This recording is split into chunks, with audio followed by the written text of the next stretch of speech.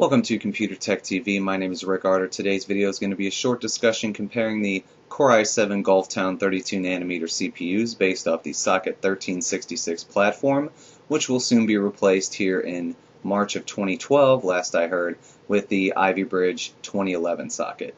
In this video, I'm going to compare the 970, newly released 980, and the 980X, which is the Extreme Edition processor. Basically, I'm going to show you guys the difference in specs and prices to help you decide which CPU is best for your rig if you are planning to build a computer at this time.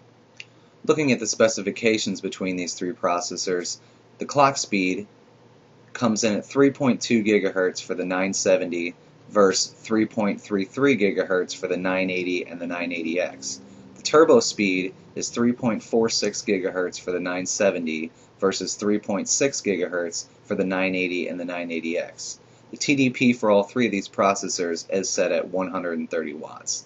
The multiplier differences, as you can see here, is locked for the 970 and the 980. The 970 runs at 24 times, while the 980 is set to 25 times, which gives you that little bit of difference in clock speed there.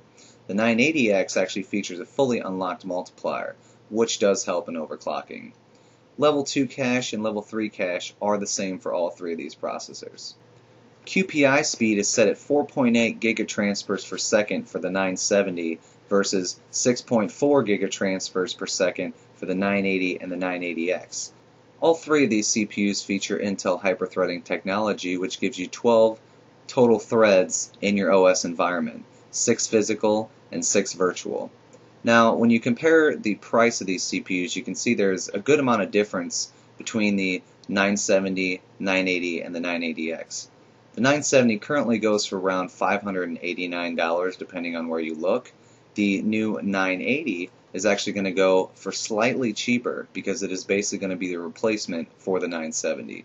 Now, you compare this to the $1,000 plus price tag for the 980X, and you can see that the 980 and the 970 are really good deals, even though you do lose a bit of performance as far as the locked multiplier goes and the lower QPI speed. If you're looking for a high-end CPU but don't want to spend $1,000 on a processor, the 970 or the 980 is the best way to go.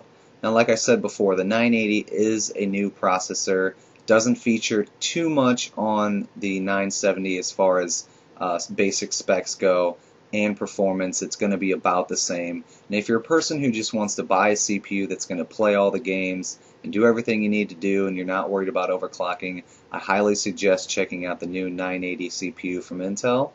And if you are a person who's into hardcore overclocking, then the 980X might just be what you need.